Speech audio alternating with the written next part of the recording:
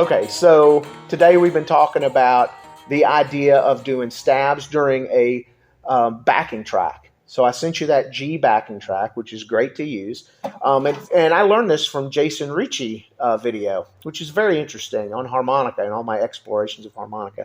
So what you do is you start out with the root notes. So let's say you're doing a G blues. You're going to have the G note, right? And then you're going to have the C, and you're going to have the D, right? And you do this for like 10 minutes where you play nothing but the root, but you come up into it, you come down out of it, you go up out of it, get a little lilt to it, all right? And those notes are found on the 4th string. The G that I'm playing is on the 4th string on the 5th fret, and then the C is on the 3rd string on the 5th fret. The D is on the 7th fret on the 3rd string, right? So different ideas to come into that so that you're not just going, which you should do some of, just to make sure that you're not always finding the note, right? Because we want to know where these notes are. We want to know that we've got the slide in the right place, right? No vibrato. But let's say the second time you say, I want to practice vibrato. Well, you'll go, right? So maybe the third time you'll say, I'm going to come up into the note. And we're getting into motifs now, right? Give it a little pull to come out of it.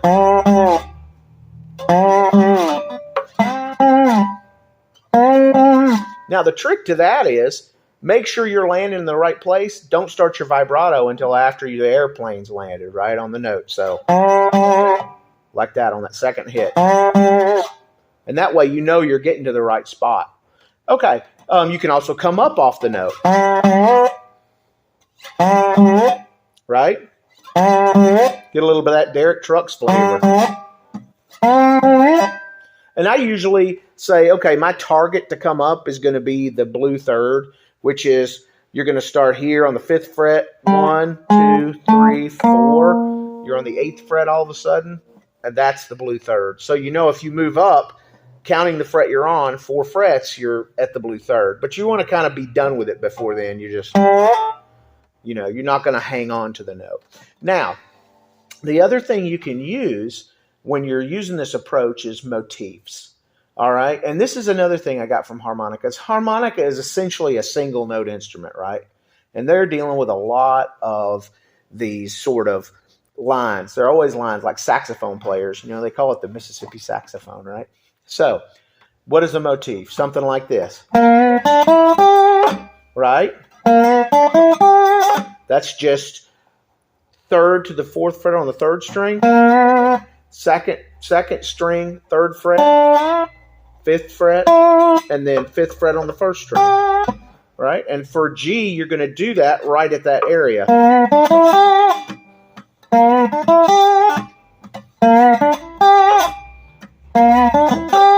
Then for C, you would basically move it up to the C position, where you're going to start on the 3rd string. You're going to go 8, 9, and end up at 10, right? And then for D, you're going to be way up where you're going to go 10, 11 on the third string, 10, 12 on the 2nd string, and then 12 on the 1st. And then you're going to play that. Right? And that's a motif. You're just going to play that. Now, what happens if you say, I don't want to play the motif there? I like that movement. I'm getting good at it. Well, try doing what we did with the blue third.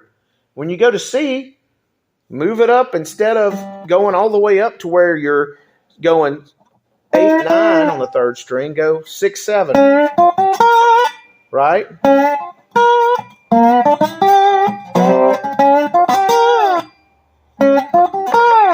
Right? And do like that. And then for the D, you just move it up again. And it gives you an interesting thing to do with some of these motifs. There's another one. You can sort of like sun seals it, right?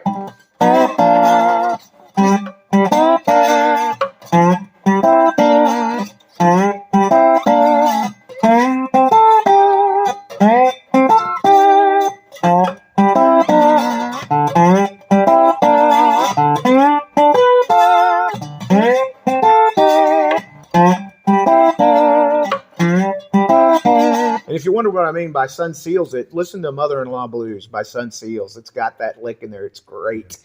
All right, so what is that? I'm going to play the root at the 5th fret on the 4th string, and then I'm going to go 5th fret on strings 2 and 3, and then 3rd fret. And you're going to keep the rhythm going. Then you just move that up to the position where you're in position for C, up at the 8th fret. Back down to G.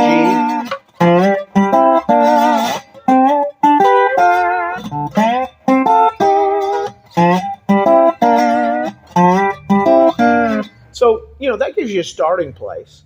Then you can take the scales and things we've been working on and make your own motifs up, right? Which is what I do, where I take that and I make my own motifs.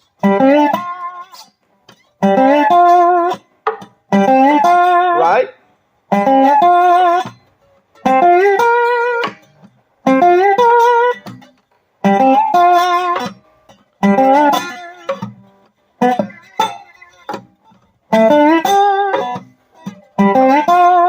So you just keep going and going with it, and you just keep moving through this, where eventually you're going to take those motifs and start to melt them together, right? So instead of going the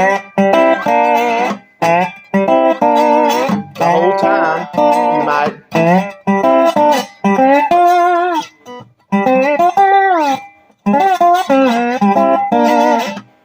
play things in between, right?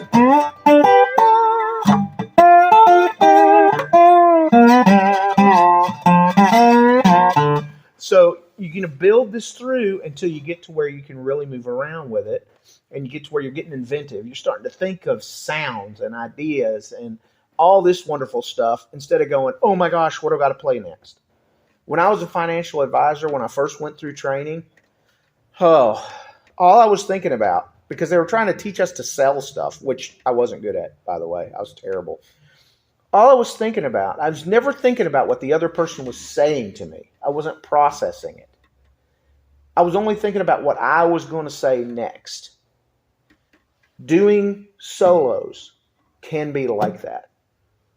So if you're ever accompanying a singer, for instance, and they want you to play around with them, so trouble in mind, Lord, I'm blue. You're going to fill in between. You want to be thinking about where they are and how you can answer them, right?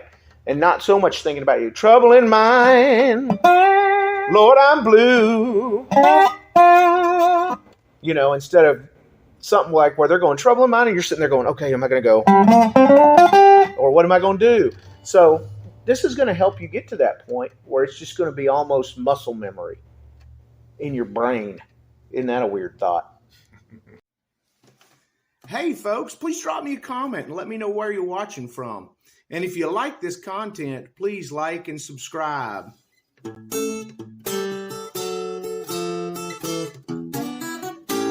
And hey, thanks for watching.